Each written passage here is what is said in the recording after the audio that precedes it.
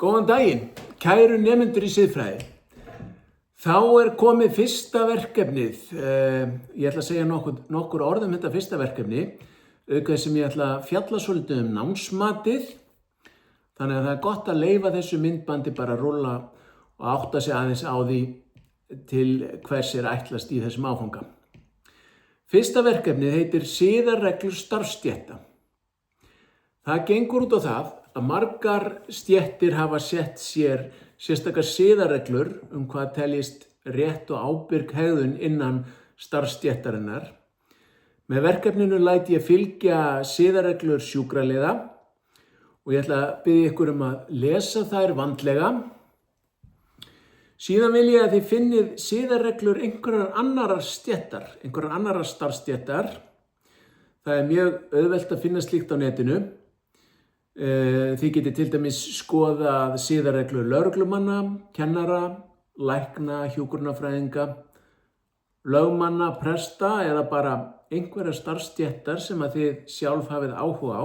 Það frjálst val. Síðan berið þið þessar siðareglur saman við siðareglur sjúkraliða. Mér langar að þið finnið að minnstakosti 2 atriði sem siðareglurnar eiga sameiginlegt og 2 atriði þar sem að þær eru ólíkar. Síðan veljið þið 1 atriði úr hvorum siðareglum sem ykkur finnst sérstaklega mikilvægt og segið aðeins frá því hvers vegna. Og í þetta sinn ætlum við líka ganga aðeins lengra en að bera bara saman siðareglurnar. Ég vil að þið hugsið ykkur raunhæf siðferðilega álitamál sem einstaklingur í annarri hvori starfsstétt gæti staðið frammi fyrir. Þetta þarf ekki að vera neitt stórkostlegt eða dramatískt. Þetta getur verið alveg hversdagslegt vandamál sem geti komið upp í starfinu. Þið lýsið aðstæðanu stuttlega og veltið síðan fyrir ykkur hvaða siðareglur eigi við. Hvað ætti viðkomandi að gera? Eru siðareglurnar nægilega skýrar til þess að hjálpa honum að taka ákvörðun? Eða gætu jafnvel 2 reglur eða 2 skyldur rekist á? Þetta eiginlega orðið fyrsta litla siðfræðilega vandamálið okkar í áfanganum. Í siðfræði það nefnilega ekki alltaf þannig að það sé augljóst hvað sé rétt og hvað sé rangt. Stundum geta 2 atriði sem virðast bæði rétt verið að rekast á. Að lokum vil ég svo fá ykkar eigin mat. Hvað finnst ykkur þessar siðareglur? Eru þær gagnlegar? Hvað finnst ykkur gott eða slæmt við þær? Eitthvað sem þið myndu bæta við, breyta eða jafnvel taka út? Verkefnið á að vera 500 til 700 orð og þið látið fylgja hlekk á siðareglur þeirra starfsstétta sem þið völduð. Þið þurfið ekki að afrita siðareglurnar sjálfar inn í verkefnið.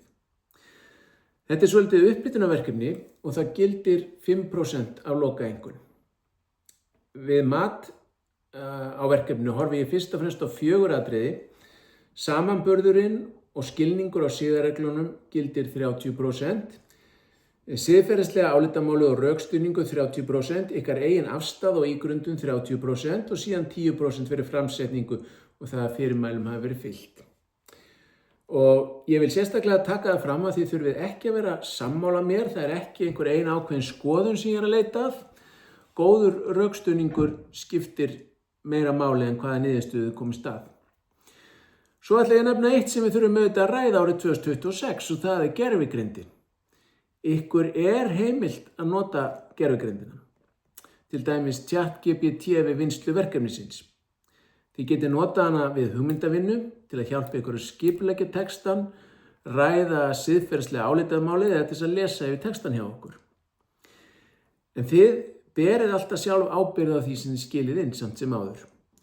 Ef gervigreindin segir eitthvað sem rangt og þið setjið það í verkefnið, þá það eftir sem áður ykkar verkefni. Og þið eigið auðvitað að skilja það sem þið skilið inn og geta sjálf tekið afstöðu til þess.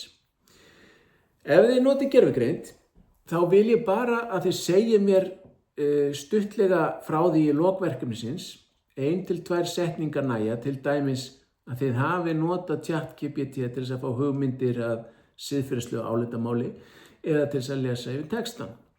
Það lækkar ekki einkunnina að nota gervigreind. Mér finnst miklu skynsamlegra að við bara lærum að nota þessi verkfæri á ábyrgan og heiðarlegan hátt heldur en að við förum í einhvern feluleik með þetta. Og kannski það bara ágætt siðfræðilegt álitamál í sjálfu sér. Hvenær gervigreind hjálpartæki og hvenær hún farin að vinna verkefni fyrir okkur? Það ágætt spurning sem við getum haft í huga. Það lögð mikil áhersla á það í skólanum að við höldum okkur við rétta skiladaga og þess vegna ætla ég að gefa ykkur góðan tíma og ég set verkefnin inn með góðum fyrirvara. Þannig að þetta verkefni sem komið inn núna hefur ekki skiladag fyrir í næstu viku, seint í næstu viku. Því athugið það, byrja á því að kynna ykkur vel skiladaginn og hvenær fresturinn rennur út. Síðan mun ég koma með annað verkefni og þá verður það sama upp á teningnum.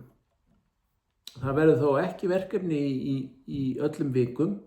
Við ætlum að byrja svona, taka eitt núna, svo kemur annað, síðan getur komið hlé þar sem við erum kannski að gera eitthvað annað. Og þetta tengist því sem ég ætla að ræða næst sem námsefnið og námsmatið. Við ætlum að byrja á því að lesa fyrsta kaflan úr bók sem heitir Straumar og stefnur í siðfræði. Það eru nokkra blaðsíður og kaflinn hann kominn inn á Moodle. Þið þurfið því ekki að kaupa bókina Straumar og stefnur í siðfræði því að við ætlum bara að nota þennan fyrsta kafla sem ég hef sett inn. Þegar þið lesið kaflan þá vil ég að þið punktið niður eitthvað úr honum inn í hugleiðingabókin ykkar. Hugleiðingabókin í raun bara glósubókin ykkar í þessum áfanga. Hún getur einfaldlega verið vortskjal sem þið bætið í eftir sem líður önnina. Þið getið líka að nota venjulega stílabók ef ykkur finnst það betra á handskrifað. En þá þurfið þið bara að geta ljósmyndað eða skannað hann inn þegar það kemur að skila henni. Ég mun kalla eftir þessari hugleiðingabók í lok áfangans og þá vil ég geta séð að þið hafi verið að skrifa niður hjá ykkur punkta úr því sem að þið hafi verið að lesa ásamt hugleiðingum og ýmsu öðru sem upp í hugan kemur þegar þið eruð í áfanganum. Það má líka setja inn til dæmis lausnir verkefna eða annað efni sem þið vilja halda saman. Og ég legg áherslu á það að ég ekki að óska eftir því að þið séu að skrifa upp heilu kaflana úr bókum eða neitt slíkt. Þetta frekar að vera bara punktar, glósur eða minnispunktar fyrir ykkur sjálf. Og þetta getur líka nýst ykkur mjög vel þegar líður á áfangan. Hugleiðingabókin, hún gildir 20% að lokaeinkunn. Svo koma þessi smærri verkefni, það eru verkefni 1-7 og hvert að gildir 5%, þannig að samanlagt gilda þau 35%. Og þá ágætt að ég nefni eitt varðandi námsmatið almennt. Það ekki skylda að skila hverju einasta verkefni til þess að standast áfangan. Þið þurfið að ná samtals 45 stigum af þeim 100 stigum sem í boði eru til þess að ná áfanganum. Ég hef orðið var við það í gegnum árin að nemendur halda stundum að ef þeir skila ekki einu verkefni þá séu þeir sjálfkrafa fallnir, en það alls ekki svoleiðis. Ef að þið sleppið til dæmis einu verkefni sem gildir 5%, eins og þessu fyrsta verkefni sem við erum að fara í núna, þá það einfaldlega þessi 5% sem ekki lengur í pottinum hjá ykkur. Það ekki flóknara en það. Ef einhver myndi til dæmis gera allt annað fullkomlega en ekki skila hugleiðingabókin sem gildir 20%, þá gæti sá hinn sami fengið hæst 8 í lokaeinkunn. Þannig virkar þetta. Þessi 7 litlu verkefni sem þið sjáið í námsáætluninni gilda 5% hvert. Þau hafa því ekkert gríðarlegt vægi hvert fyrir sig, en auðvitað safnast prósentin saman. Síðan ritgerðin sem gildir 10%. Þar fáið þið nokkur siðfræðileg viðfangsefni til þess að velja úr og skrifa um. Ég kalla fyrst eftir uppkasti að ritgerðinni.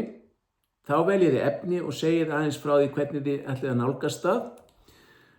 Þá hef ég tækifæri til að gefa ykkur endurgjöf áður en þið skrifið og skilið lokaritgerðinni. Svo eru 2 heimapróf úr völdu kennsluefni. Þau gilda 30% eða 15% hvort Og síðan eitt lítið lokaverkefni sem líklega vídeoverkefni sem gildir 5%. Og samtals gerir þetta 100%. Til þess að standast áfangan þá þurfum við að safna minnstakosti 45 stigum af þessum 100.